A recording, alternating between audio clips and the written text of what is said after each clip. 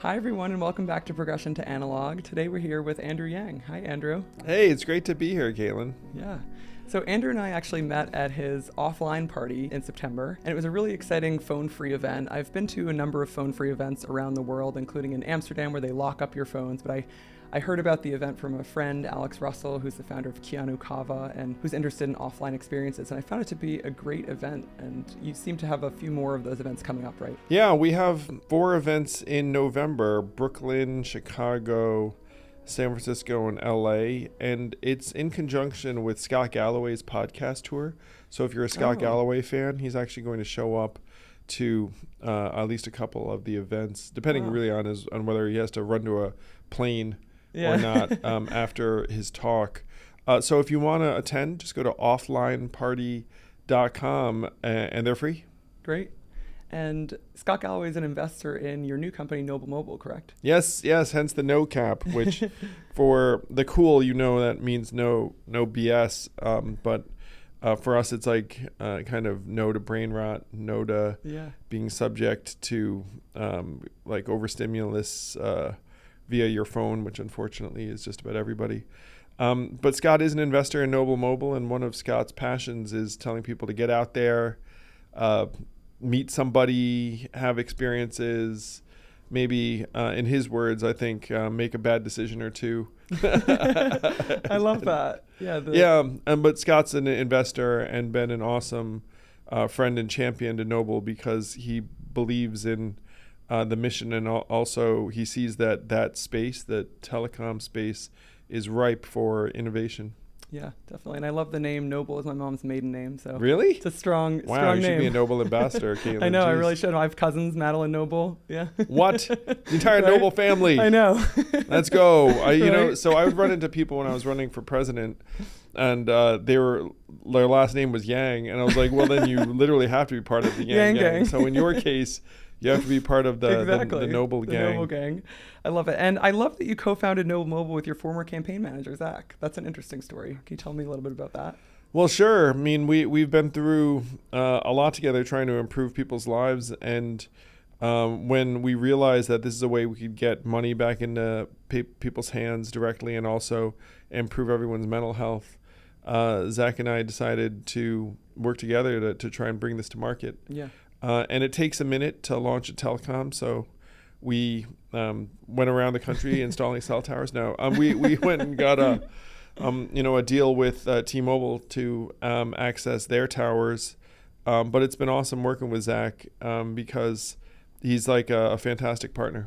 Yeah, that's great. And so it's an MVNO, right? Can you explain that to the audience? I would love to. So check it out. There are 3 carriers in the United States of America: Verizon, of which I was a customer for approximately 25 years, AT&T, and T-Mobile. And then there are a bunch of other brands you've probably seen out and about. So it might be Cricket or Boost or Mint.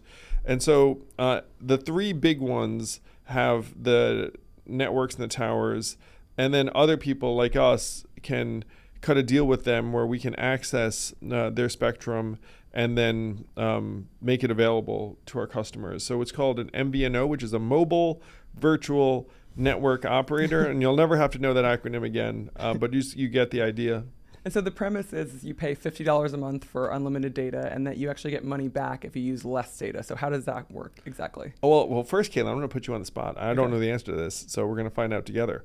Who is your wireless provider? It's T-Mobile, and actually, for this podcast, I looked up the exact amount of my last bill, and I can tell you it's making me really want to switch to Noble, and no, this is not sponsored. It was $161.38.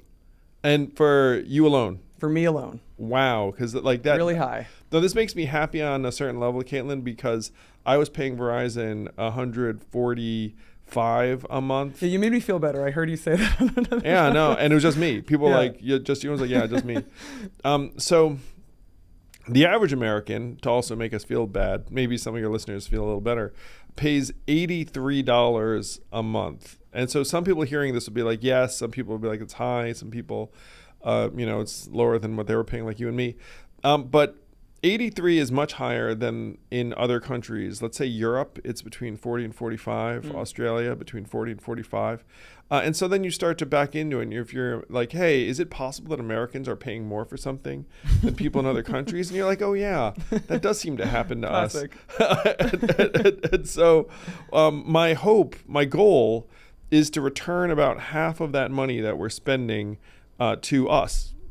To the American people. So you got the pricing right. It's $50 for unlimited, which would save you and me. I mean, I've saved myself some money, happily.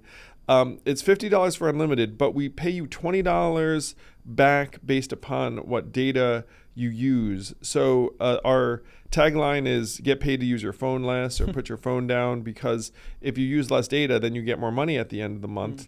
And then we put a 5.5% interest rate on any money you save with us, so that it becomes like your friendly savings plan with this little angel on your shoulder saying, hey, maybe doom scroll less, maybe look up more, which is why I'm on this awesome program / podcast, because we're the progression to analog. We're kind of this hybrid where we accept that most people are going to have a device that they need connectivity for, but we don't want you paying for data you're never going to use and maybe you don't even want to use.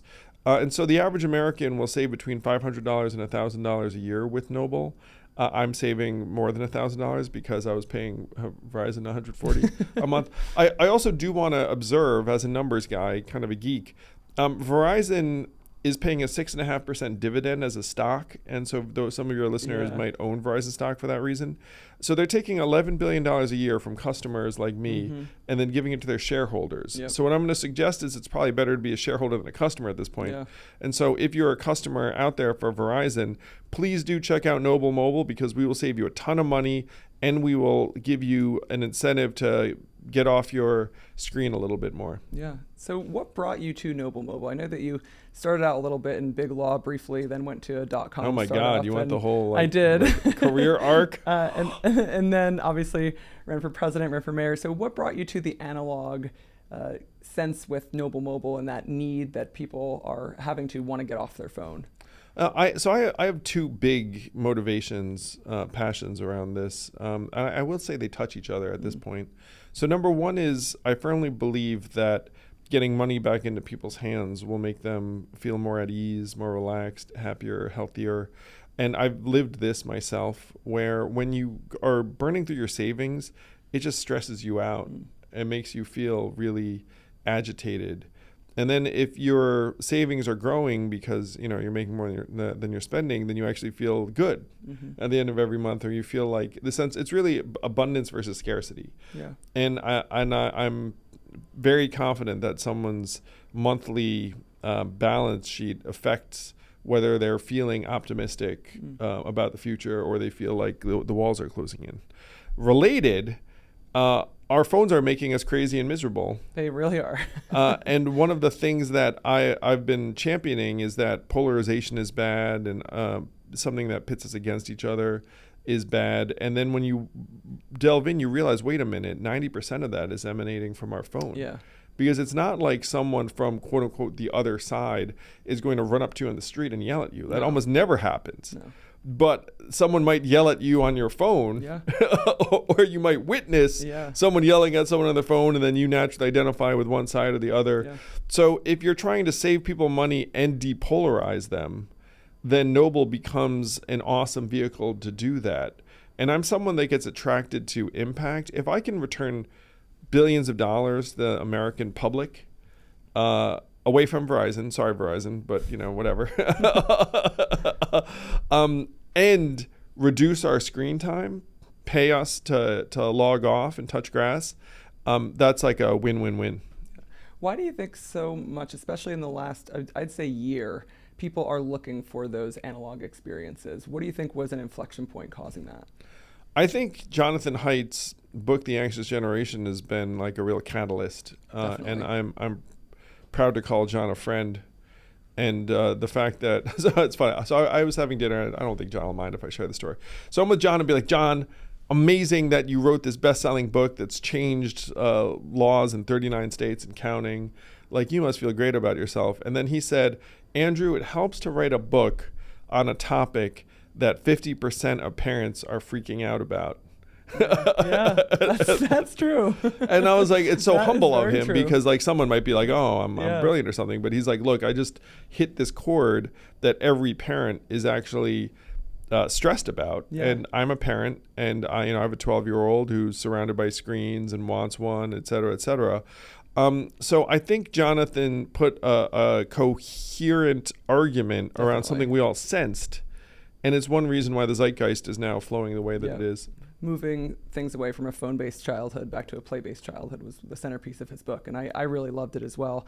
I think what's interesting, too, that I've heard you speak about elsewhere is that his focus largely is on youth, and while that mission is important, I'll give a little bit of background here. So I'm a sociologist in addition to being the founder of Authentic Social, an applied research lab at the intersection of sociology and technology. One of the studies I've been doing all year is studying smartphone noise in public, and so I haven't worn headphones in public all year. Say more. What? Yeah. This is awesome. I got to get some of your research, Caitlin. Except for in the air, on a plane, and when exercising, because I saw an article in the Times, an article in the Journal, talking about smartphone noise, but the evidence was all anecdotal, and so I thought, I do this area of sociology called ethnomethodology, which looks at everyday behavior. And so I've tracked every instance of smartphone noise since January 1st, every subway ride, everything, to a point where I presented the data in Sweden a couple months ago and in Chicago more recently, and I'm doing a lot with it. But one of the things that I've really noticed, and there's lots of interesting patterns here, is that children mirror their parents' phone behavior. It's something I see every single day. No.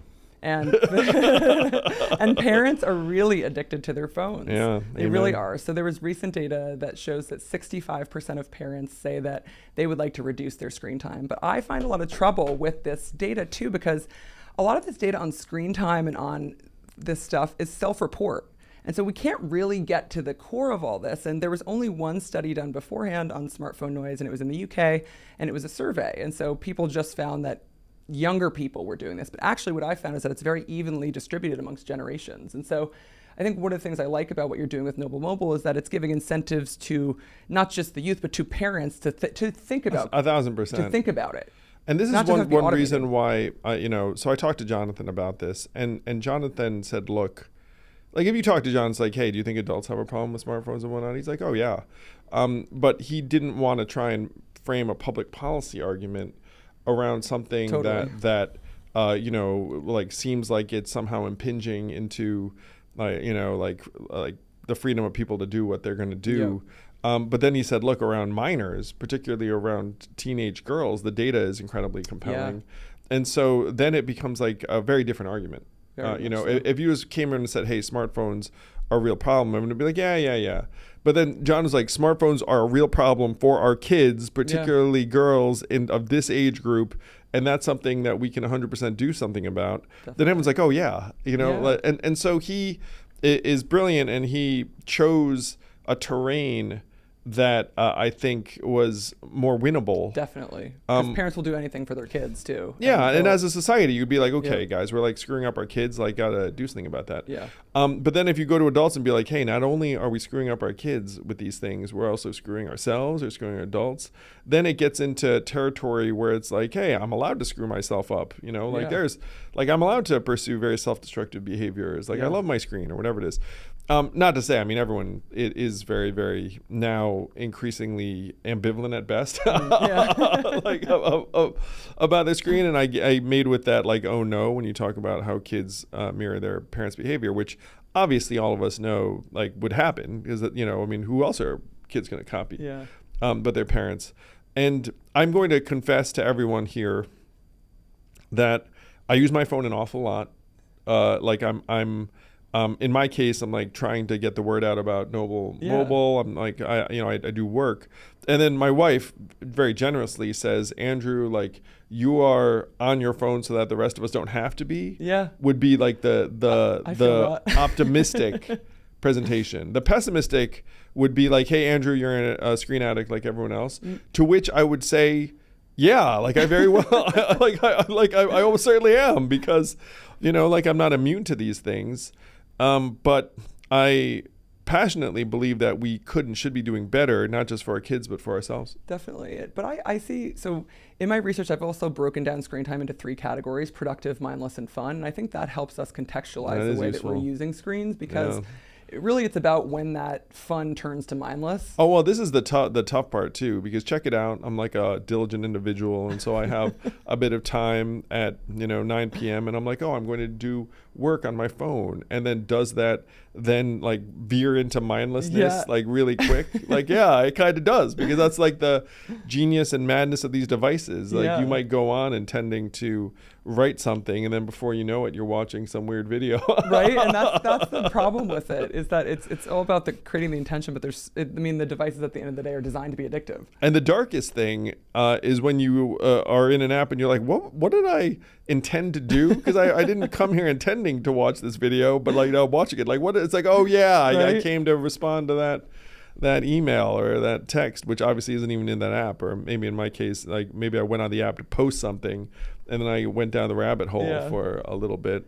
By the way, too, I mean, I now thank my lucky stars that I was born when I was born, because I came of age before all this technology. Yeah. But like our kids, like, geez, like I had a fully formed brain before I started frying it, really. But like if you have like someone who's like an adolescent or whatnot, and your brain's still plastic in that way. I know, it's interesting. I'm a zillennial, so in between Gen Z, millennial, and I think it's been interesting because I did grow up partially with dial-up internet, but then I also had a cell phone when I was in 8th grade, and so I didn't get a smartphone until high school, but I did see how waiting definitely made a positive impact. But I did also see with the rise of Instagram how much that really negatively affected my first year of college. And how it was it's like you meet someone and then, do I follow them? Do I not follow them? It's this whole rat race that you're just in all the time. Yeah, I managed to predate all of that, which again, I'm very, very thankful for. So with the analog world, there's a lot of this create the problem, sell the solution. So we think about Brick, Opal, and other tools like that. I think what I like about Noble Mobile is that it's not selling you a solution, it's actually saving you money. But have you used any of these other tools that you have to pay for, or what are your opinions on them? I think if it works for you, then I'm thrilled, and I'm kind of indifferent to whether they're charging you or whatnot. I mean, it's a very small price to pay, in my opinion, if it works for you. It's true. It is my attitude. So I am thrilled. I will say, on a personal level, Caitlin, like I looked for years to find an opportunity to save people money at scale. Because I'm convinced that Americans are under increasing financial pressure, and then our jobs are unfortunately going to be dislocated by AI in many cases. And so I wanted to find something that made life more affordable for Americans. But if someone has a business where they're charging you and it's helping your mental health, then I'm sure it's well worth the investment for the people that make use of it. Yeah, it's a good way to look at it. And it was interesting. The first and perhaps the only time I've listened to, definitely the only time that I've listened to Joe Rogan was I listened to your episode recently from 2019. And it was fascinating to me how many of the things that you said would happen have happened or are continuing to happen. And one of those statistics was that around 25 to 30% of our jobs will be automated by 2030. And that's something scary to think about as we think about a shifting workforce. And obviously UBI is not a thing in the US, and there's different measures in South Africa and down the line maybe Belgium or Germany where it might go through. But do you see this initiative with Noble as a way to start to save people money? What do you see as a next step beyond that we can get to solving some of these issues when it comes to money in people's pockets, but also the labor force? Oh yeah, and again, these are very much interconnected. But AI is coming. It's going to eat a lot of customer service jobs and driving jobs, a lot of other jobs. And my solution in 2020 was, hey, let's just start distributing economic value to people, because AI is going to create so much value. And if it's in the hands of a handful of people and the rest of us are just looking up, wondering what happened, then that's going to be very nasty. And unfortunately, we're living a version of that. We are. And the reverse is, like, if the value was being distributed very broadly to people, then we can start engaging with things like, why do we work? Like, what do we care about? What do folks in our community lack right now?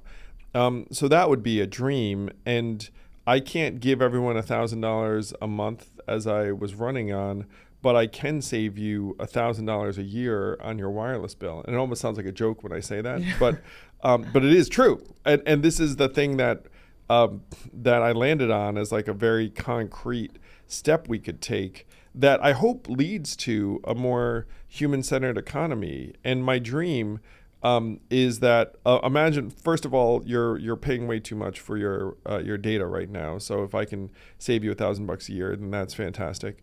But imagine a world where if you got together and volunteered in a community or painted a mural or did something, then you got money on your wireless account or money off your bill. Like I mean, Noble Mobile is actually, I hope, like this first step in a more human-centered economy, because I've, and anyone who listened to me, back in 2019 or 2020, we can't win a race against machines. Yeah. Like it's dumb to think that. And I guess I'm glad on one level that we stopped even pretending that was going to happen. Like, it's like a number of years ago, people would actually say that to me. It's like, oh, you got to retrain and rescale. It's like, now everyone's like, okay, like that's not a real policy answer.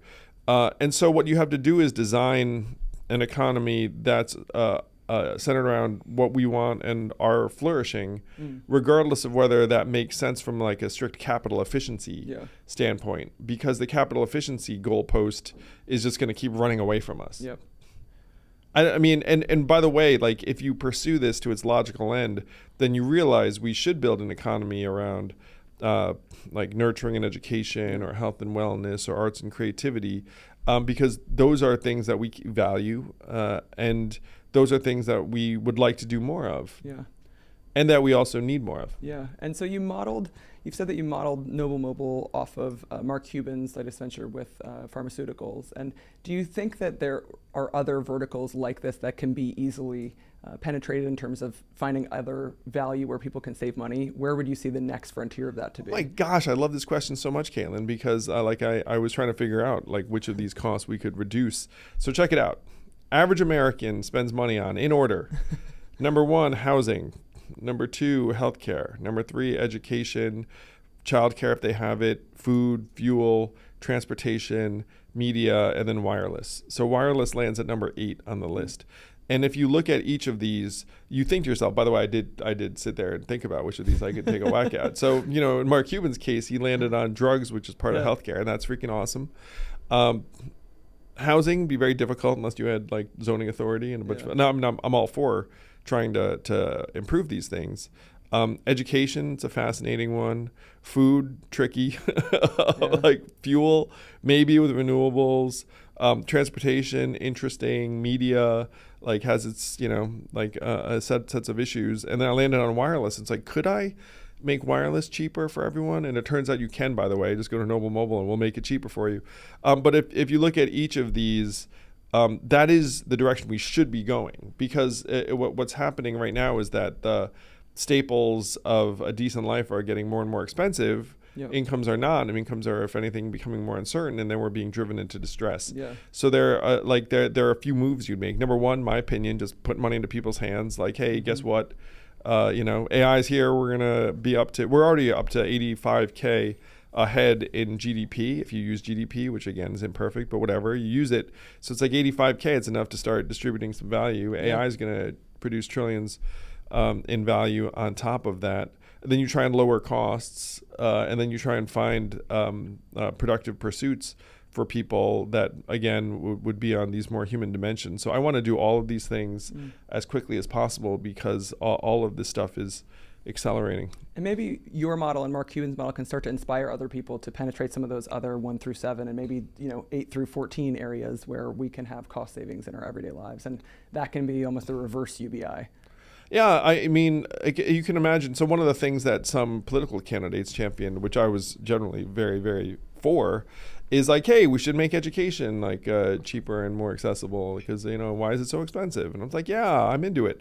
I mean, I was into it. I will say that one of the problems with that often in the conversation was like, it was like, let's make college free, and it's like, hey, newsflash, like 35% of Americans go to college, 65% don't. So it's like, you're just going to try and like, what I mean? It's like, like you might want to broaden something a little bit.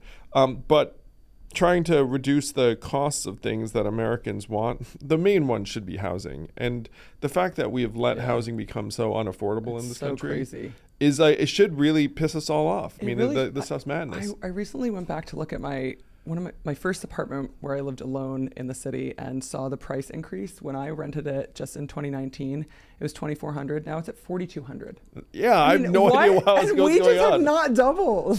Or almost doubled. I have no idea what's going on either. I was like, how are these rents going up? Because like our incomes aren't going up. No. And, like more and more people are like looking around being like, how am I supposed to afford this stuff? But AI and automation has so much of an impact on the labor force. And I'm curious to your thoughts on, if it's not a reskilling thing and it's just a reality that people are going to keep losing their jobs, what can we do as a society to better prepare ourselves for the next, not just 5 years, but 10, 20, 30, 40 years? Yeah, I mean, I should write a book about this, but like it depends upon the age group you're looking at and the type of like livelihood. So I said something that was kind of glib in a recent Substack post, but I was like, a lot of us are going to have to become more handy was one thing I said. And it was, half joking, but the truth is that right now AI is doing a number on repetitive cognitive work, which also maps to entry level, like white collar jobs. Yep. So what's more resilient? HVAC repair. It's like you're not going to have a robot come and repair your air conditioning unit.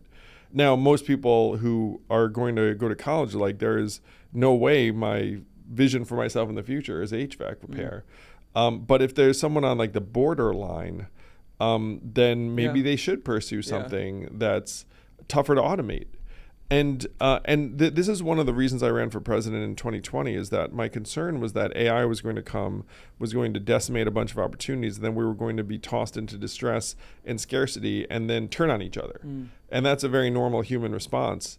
So in this time, there's like the micro and the macro. There's like the individual thing you do is like, look, like, like we're all wired this way. It's like, what can my kids do? What can I do? Like, what can we do that's going to be more secure in this future? And then there's the macro, is like, what should we be doing as a society? Totally. And I have spent a lot of time trying to make our government more effective and responsive, and like I did write a book about why that's not happening.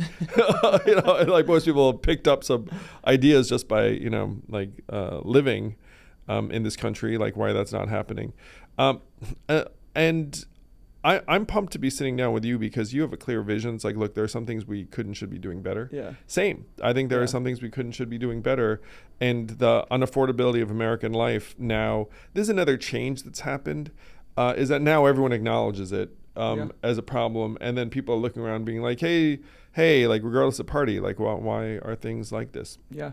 So what's your relationship now with the Ford Party that you founded a few years ago?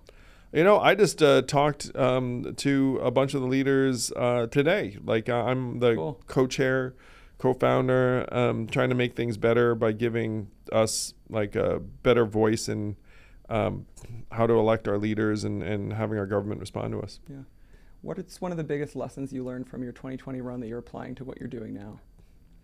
Well, that's a good question. I mean, part of it you referred to earlier, which is like, I have some people that I worked with that now we have like a very good rhythm and relationship. I know some more things about trying to get the word out about various aspects of Noble, whereas I will say when I ran for president, like I didn't know a lot of this stuff. And like I was learning on the fly.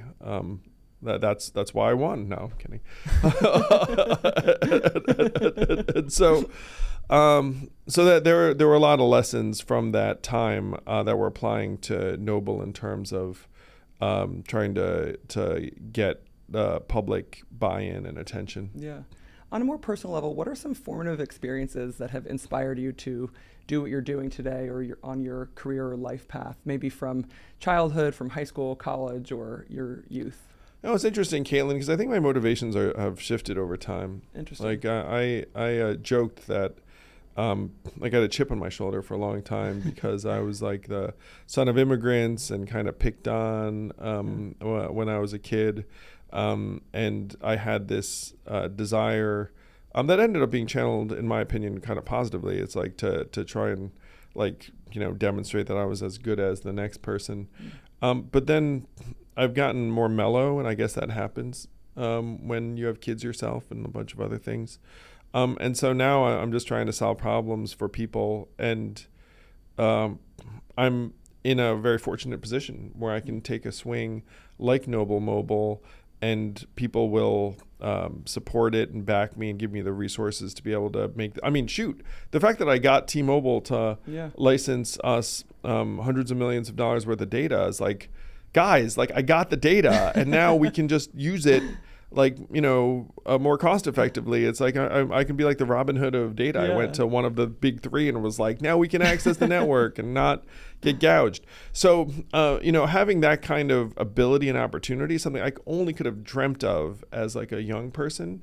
And so now what excites me is like, I got to make the most of that sort of opportunity. Yeah. Besides joining Noble Mobile, what is something that people can do to reduce their screen time in everyday life? All right, so the biggest first step I advocate for, which I'm sure everyone here already does, and they've heard you talk about all the time, but this to me is like, it's achievable. Yeah. It's a difference maker. Get your cell phone out of your bedroom. Yes. Oh my gosh. I did not tell him to say this. That's my favorite thing. Yes. You're going to love this, Caitlin. I got to send you a prototype. At Noble, we're working on a little bed for your phone. Oh, that's funny. So you could like tuck it in another room. But this is achievable. Like you can just plug your phone in another room before you go to bed, have an alarm clock by your bed in case you need it. Yep. It costs like $18. And you'll sleep better, you'll get up, and then when you wake up, maybe your phone isn't the first thing you see. It makes the biggest difference. Since 5th of September 2022, so over 3 years, I've begun every morning reading nonfiction before any phone or computer use, without exception. And a big part of that is because I don't have my phone in the bedroom. Hear that? And look how happy and lucid Caitlin seems. And she's probably read a ton of nonfiction that the rest of us have not. So, but it can be any direct and unmediated experience. It could be, I've told people, it can be brushing your teeth. It can be taking a shower. It can be walking outside, whatever it is. It's just resituating yourself in the place where you are and realizing that there is, that was the funny part about your phone-free event that was written up in the New Yorker, and they talked about how I touched the grass. And I think what is funny, because sometimes people can be snarky about these types of events, and I think that they're great entry points for people, and that a lot of people don't realize they're struggling until a friend says to them, let's go to this phone-free party, and they have their phone in a pouch, and maybe they look at it once or twice, but they realize, oh wow, I actually I'm kind of addicted. Largely went without my phone while with my friend. Yeah. And that's what I think is so great. These entry points of whether it's beginning your morning off of your phone or going to a phone-free event or whatever it might be can make the biggest difference. Oh, yeah. And again, I'm old enough to remember when we didn't have phones at parties because phones didn't exist yet. And so you would just go and you'd have no choice. And by the way, it was uncomfortable. You'd get there and you'd look around and you'd be like, who am I going to talk to?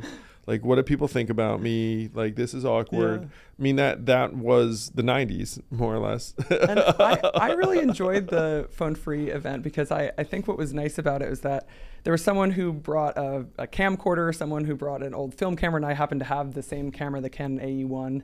And so we talked about that, and you met a lot of people, and it was nice because one thing that I've noticed in my research with smartphones is that when people have headphones in, more people are not open to conversation or happenstance conversation. So I see a very low amount of it in daily life. Like, by the way, you remember a million years ago, you might actually start a conversation with someone who was like next to you in a commute or whatnot. Yeah. Now, people have headphones in, and it would be very, very bizarre to be like, excuse me, headphone wearer.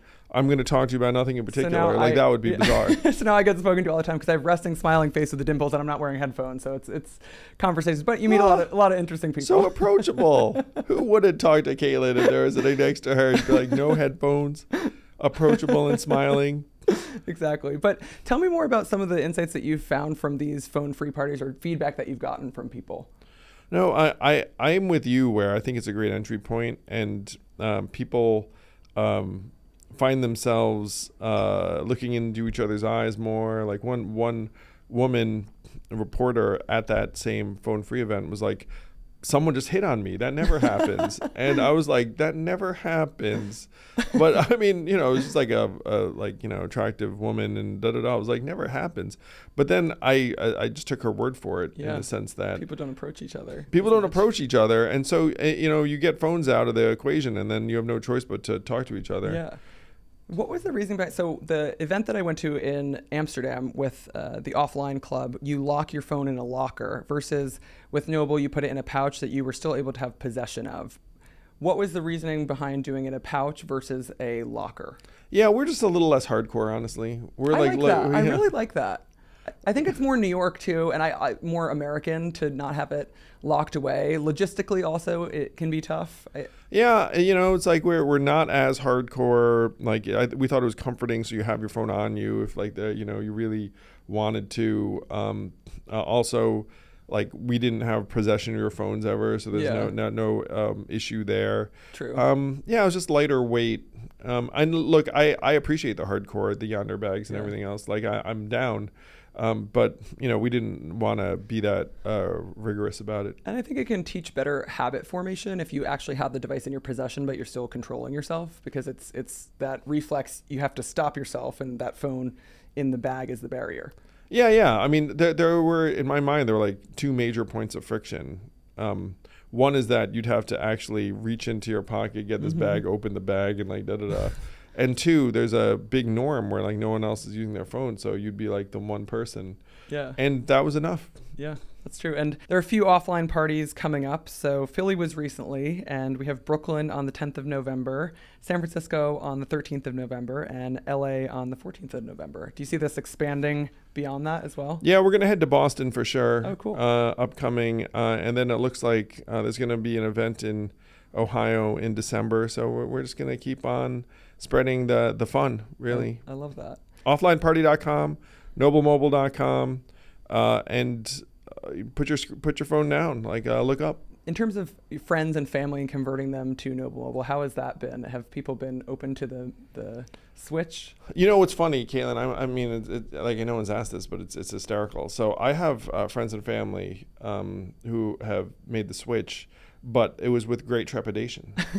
And I appreciate it because I was a Verizon customer for 26 years. And when I made the switch to Noble, even I was nervous about whether everything would work the same, because I was like, look, I was paying $140. Yeah. Now I'm paying $46. Like, is it really going to work the same? And I was blown away by the fact, yes, everything works the same. It actually worked better in some instances. So I was like, oh my God, I really was just getting screwed for 26 years. And I did the math on how much extra I paid Verizon.